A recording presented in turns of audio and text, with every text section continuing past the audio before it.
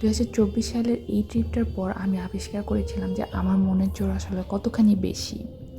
মনের জোর থাকলে যে দুনিয়া সব কিছু আয়ত্তে আনা যায়, এটা ছিল তারই প্রমাণ।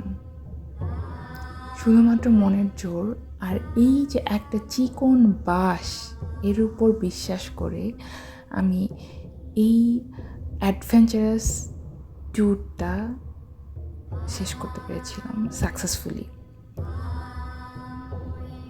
জীবনে আসলে মনের জোর থাকা অনেক জরুরি।